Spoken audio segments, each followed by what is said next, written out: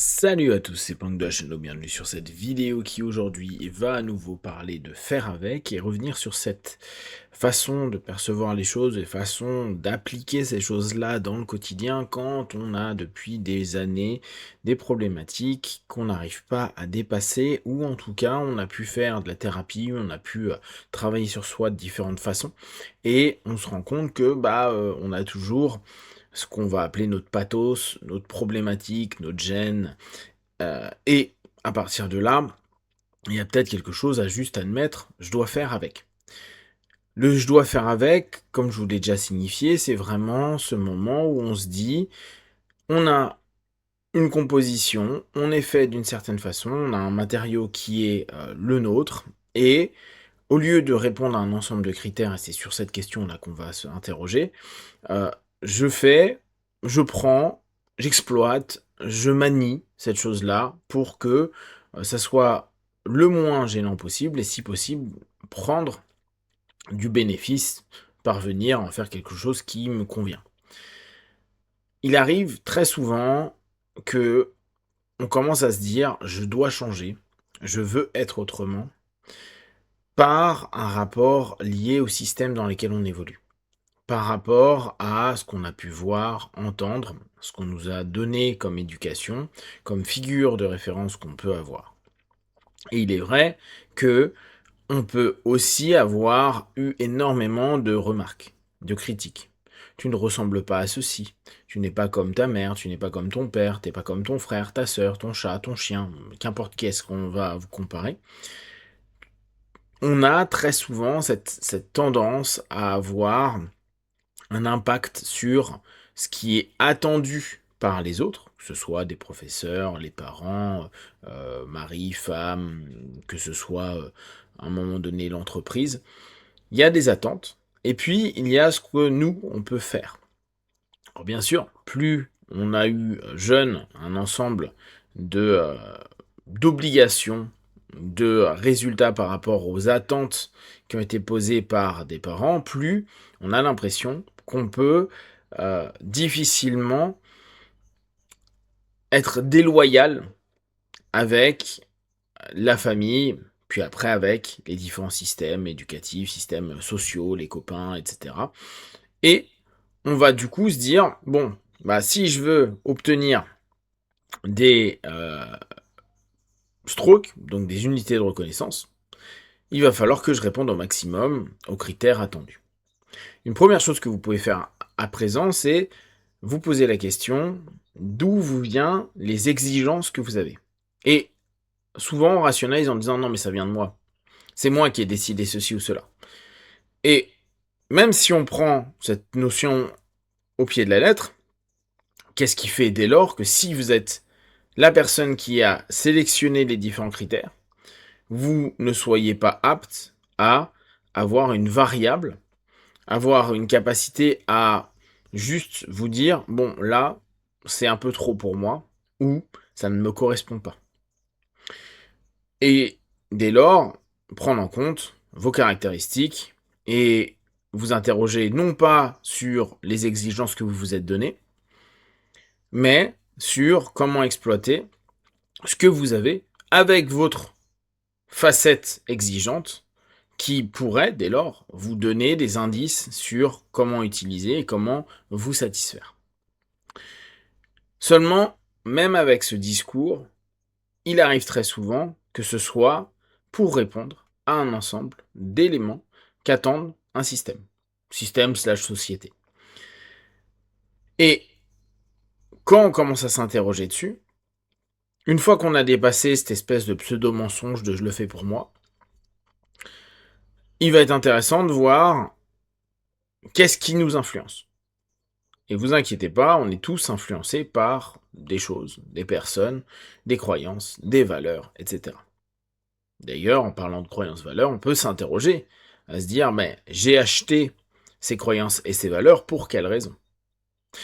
Pourquoi je ne fais pas avec celles qui m'appartiennent, ou en tout cas celles qui initialement étaient la mienne avant qu'on m'impose d'avoir telle valeur, telle croyance. Et quand je dis imposer, c'est pas quelqu'un nous a mis un flingue sur la tête et tu penseras comme ça, c'est la répétition, être être avec un groupe de potes ou dans un système divers, professionnel, social, amical, etc. Et à force d'entendre, principe du seeding, principe de la petite graine, bah, elle a poussé et on a l'impression que ça nous appartient, on l'a acheté, et on fait avec. Seulement, l'ensemble de ces critères-là peut nous amener à ne pas nous voir comme nous sommes ou nous voir, mais de façon hyper discriminante. On le sait bien, hein. Si on demande à des personnes de se juger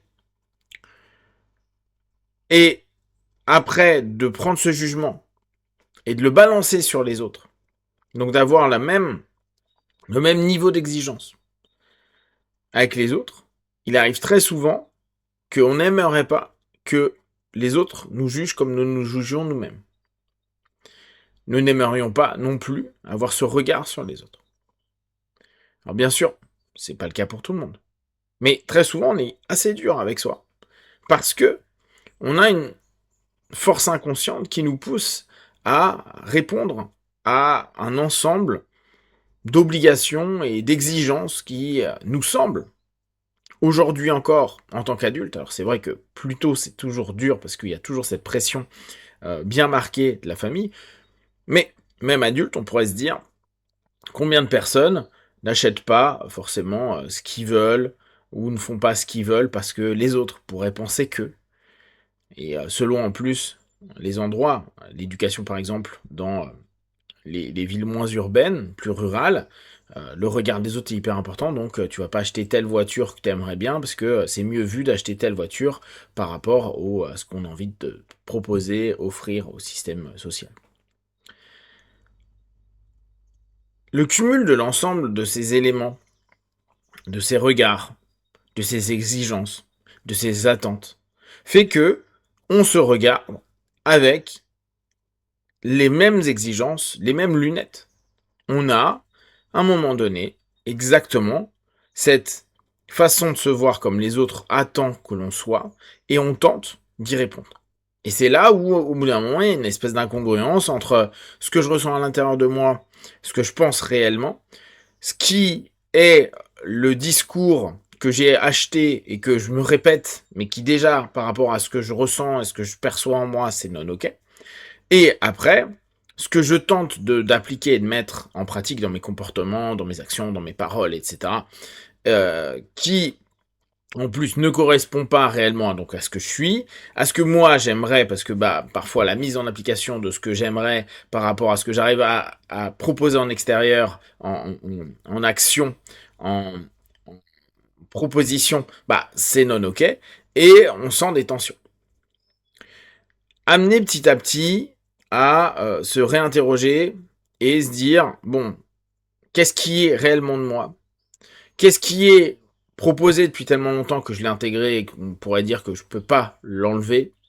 Et qu'est-ce qui est compliqué à maintenir? Quels sont les critères que j'aimerais mettre de côté? Et je m'en veux constamment parce que je ne réponds pas à un critère de taille, de poids, de façon de m'exprimer, de façon de travailler, de capacité intellectuelle, manuelle, etc., etc. Qu'est-ce qui sont en réalité des points de référence qui ne sont pas les miens et qui m'oppressent. Alors, pas forcément les gens, même si on pourra toujours traduire le regard de quelqu'un comme étant jugeant, mais qui m'oppressent par moi-même, qui me met une pression, que je me mets une pression vis-à-vis de ça. À partir du moment où on commence à déterminer un peu mieux ce qui est plutôt une réponse à nos systèmes et ce que nous sommes nous, et qu'on admet que bah oui on ne répond pas à des critères, et c'est dur parce que c'est faire un deuil, c'est se dire je ne serai jamais la personne que j'aimerais, mais qui en réalité est qu'un système m'a imposé de devenir et que j'ai acheté et que je voudrais devenir du coup, ça nous ramène dans une phase un peu plus neutre, pas forcément hyper agréable, mais qui nous permet de nous dire bon bah j'en suis avec ça.